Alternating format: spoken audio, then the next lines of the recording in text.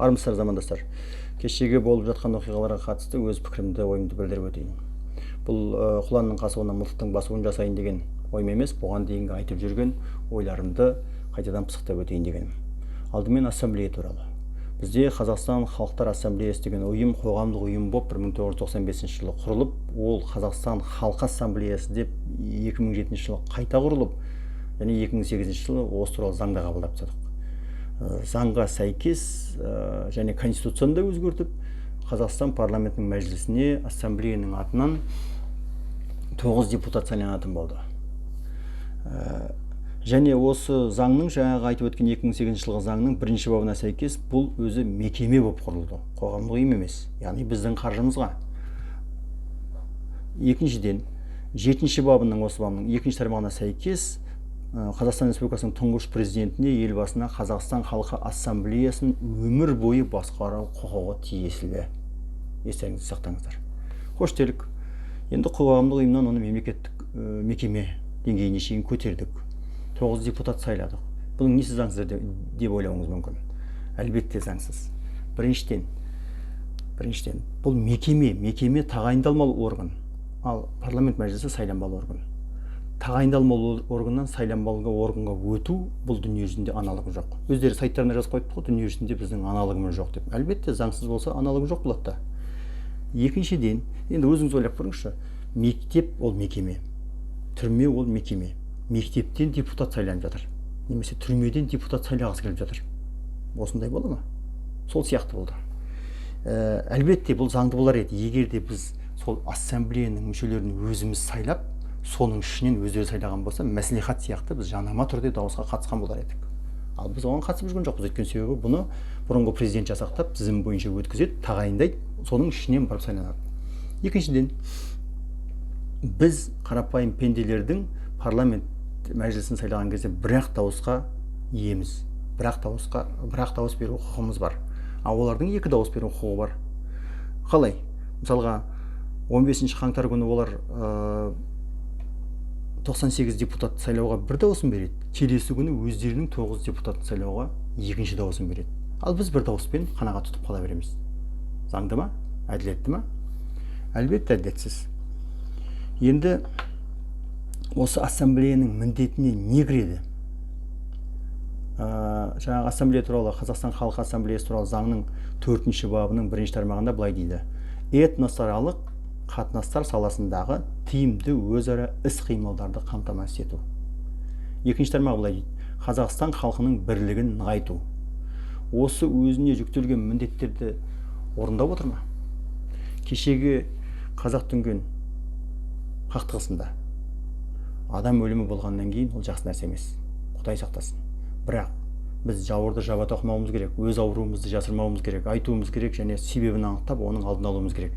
Әйтпесе, одан да үлкен зардаптарға әкеп соғуы мүмкін.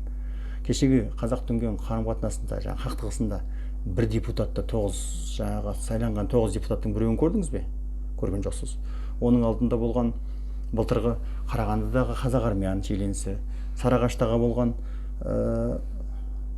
қазақ-тәжік, Челектегі болған қазақ-ұйғыр шиеленісінде, немесе Маловодныйдағы мына Бәйдібек бидегі болған қазақ-шешен қырғынында, онда да көп адам өлді.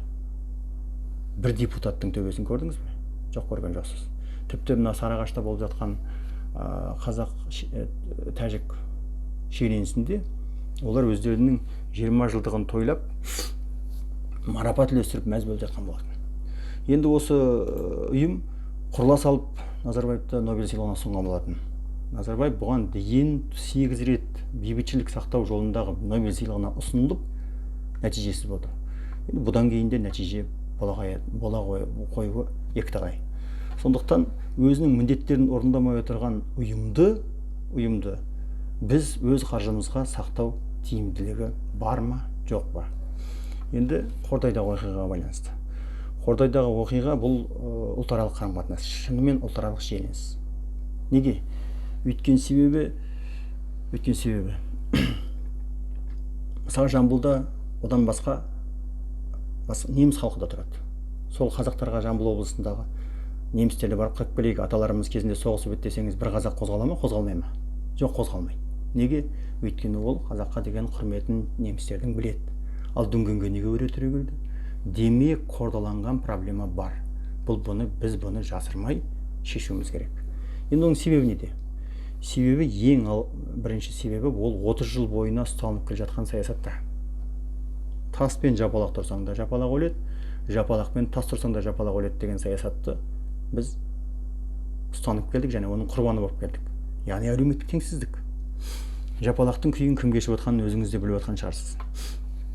Мысалға әлеуметтік теңсіздік туралы соңғы болған оқиғаларды айталық. Бір қазақ бір қой ұрлап 5 жылға сотталып жатады, ал Қорғаста бір не деген кәріс азаматы $1 миллион пара алып бір күнде түрмеге отырмайды. Әділетті ме? Әлбетте әділетсіз. Әлбетте оның әкесі не деген Назарбаевтың досы болғандығы ол басқа әңгіме. Енді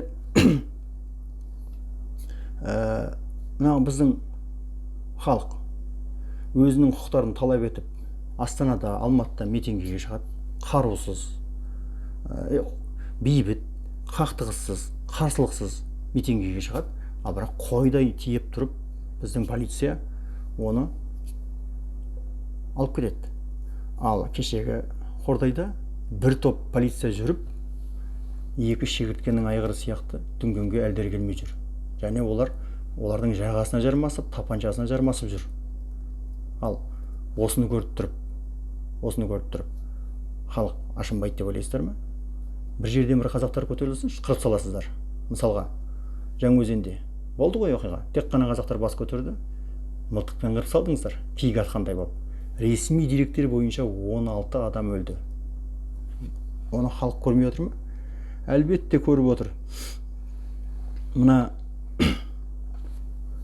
митингілерде шал демейсіздер, шауқан демейсіздер, ақ жаулықты ана демейсіздер, бала демейсіздер, бәрін саласыздар ғой. Қарындастарымыздың киімін ысырып тұрып, іш киімін көрсетіп, абыройын төгіп тұрып салып аласыздар ғой. Бұны халық көрмей отыр ма? Көріп отыр әлбетте. Екінші себебі бұл жемқорлық. Жемқорлықтың ұшқыны неде тұр? Мысалға кешегі ана екі шибыт полицияға сонша өршеленіп ұмтылар ма егер де жоғарыда крышасы болмаса? Әлбетте бар. Крыша деген мәселе ол барлық жерде бар және қазір жүйеге айналып кетті де крыша мәселесін барлығын шешіп жүр. Мысалға дүнген демекші, мен осыдан 2-3 жыл бұрын Алматыда Елән базарында бардым. Онда бірыңғай дүнген десе болады, 95% электро товарлар сатады. Барып өзімнің алған товарыма чек сұрадым. Чек сұрасам, чек бермейміз дейді. Мен айтамын, бұл міндетім ғой. Мен қалай дәлелдеймін? 14 күннің ішінде затың жұмыс істемей қалса, мен ауыстыруым керек. Жоқ, біз чек бермейміз. Онда накладной бер. Жоқ, накладной да бермейміз. Ұнамаса алма дейді.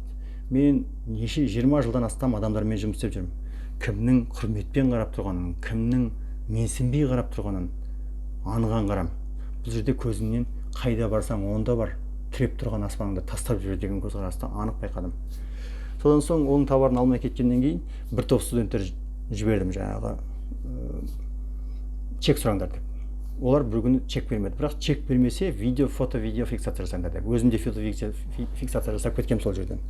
Содан бірінші күні олар қыңқ демеді. Екінші күні тағы да 20 студент барды. Ол кезде олар кассалық аппаратын шығарып, бірақ чектерін бермей қойды. Яғни істемей жатыр тағы басқа. Үшінші күні тағы 20 студент барып еді, бәрі сартылдатып чек шығарып бере бастады. Бұл не? Бұл біздің міндетіміз бе? Бұл біздің қақымыз ғана, ал салық органдарының міндеті ғой. Салық органдарының өзінің міндетін орындамай, чек бермеген соң салықта түспейді. Салық түспеген соң бұл заңсыз бизнес деген сөз. Әлбетте осыған крышасы бар адам, крышасы жоқ адам болса осылай істей ме? Әлбетте крышасы бар. Салық органдарда да бар, басқасында да бар. Демек, ол құтырмағанда кім құтырады? Енді үшінші себебі және ең негізгі себебі бұл бір өзектің маңайына халықтың ұйыспауында. Қазір сиырдың бүйрегі сияқты бөлшек-бөлшек болып, әр ұлт өзінің әлемінде өмір сүріп жатыр. Енді қайтпек керек. Енді бұны айта бергеннен бізге пайда жоқ. Не істеуіміз керек? Әлбетте ең бірінші кезекте бір өзектің маңайына таспа қылып өргізуіміз керек. Ол өзек не болуы мүмкін? Ол өзек тек қана мемлекеттік тіл болуы мүмкін. Ал мемлекеттік тіл бұл халықты ұйыстырушы, біріктіруші фактор. Оны мен аспаннан алып тұрған жоқпын. Қазақстан Республикасының тіл туралы заңның 4-ші бабында былай дейді: Қазақстан халқын топтастырудың аса маңызды факторы болып мемлекеттік тіл табылады дейді. Ал оны қалай қалыптастырамыз?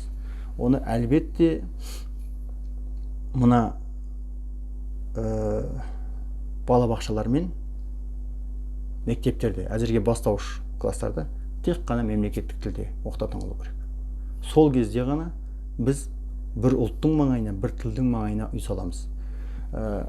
Осы жазда Ұзынағашқа бара жатыр едім. Қарғалыдан өтіп бара жатқан кезде бір 2-3 бала, 5 сыныпта оқитын бала қол көтерді де, жас балалар ғой деп іле кеттім. Айнаға қараған жоқпын, келе жатырмын. Сұрадым: Ұзынағашқа барасыңдар ма? Иә деді. Сосын Ұзынағаштың қай жерінен өсесіңдер десем, біз қазақша білмейміз дейді. Ой, қазақша білмесеңдер онда Қазақстанда тұра алмайсыңдар ғой десек, неге үйренбейсіңдер десем, бізге керек жоқ дейді. Сол Россияға барып тұрасыңдар ма десем, иә, Россияға көшеміз дейді. Кім айтты десем, әке-шешеміз айтты. Демек, біз сізбен біздің қаржымызға, өз ақшамызға шетелдің азаматтарын тәрбиелеп жатырмыз. Шетелдің ықтимал азаматтары болмаса да, ол адамдар осы біздің ішімізде қалса да, 5-ші колонна дейді ғой, яғни жымысқы осы мемлекет құлап қалса екен деген саясатта отыратын, сондай пиғылда отыратын адамдарды өз қаржымызға тәрбиелеп жатырмыз. Яғни өз қолымызды өзіміз кесіп жатырмыз. Сондықтан балабақшалар мен мектептерді бірінші кезекте қолға алып, оларды тек қана мемлекеттік тілге ауыстыру керек. Енді екіншіден, мына жоғарғы билікте отырған адамдар, саясатта отырған адамдар, топ менеджерлер, олардың 90-шы жылдан кейін оқыған балалары мен немерелері қазақ мектебінде оқымаса немесе бітірмесе, онда оларды топ менеджерлікке алмау керек. Неге? Бұны заңмен реттей алмайсыз, бірақ саясатпен реттей аласыз. Саясатта бар ғой, яғни саяси сенімді жоғалтты деген. Дәл сол сияқты саяси сенімі жоқ адамдарды алмау керек. Неге? 90-шы жылдардан кейін біздің Қазақстанның әр өңірінде қазақ мектептері болды. Бірақ сол сөйте тұрып бермеген адамдар Қазақстанның болашағына сенбейтіндер және сенбей келе жатқандар.